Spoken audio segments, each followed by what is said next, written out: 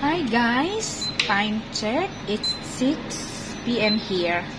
And in the Philippines, it's 12 midnight na.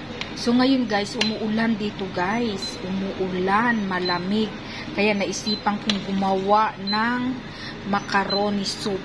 Ayan guys. Luto na guys. Tingog na.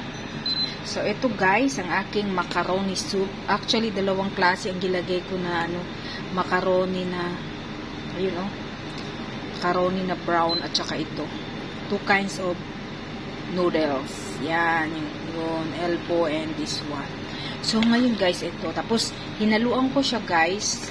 Bali, ang nilagay ko dito guys is yung mushroom soup. So, ayan. Grabe guys, ang sarap-sarap niya guys. Promise guys. Sobrang lamig ngayon guys. Umuulan, malakas ang hangin. Kaya ito guys. Ang halo nito guys is shrimps or pasayan. Tapos yung laman ng mga ham. Yung 3 kinds of ham na iba-ibang klase. Puro laman. So, yes. And of course, corn, spinach, ano ba? Basta sari-sari, carrots. So, ito guys. Kain tayo guys. Bye-bye.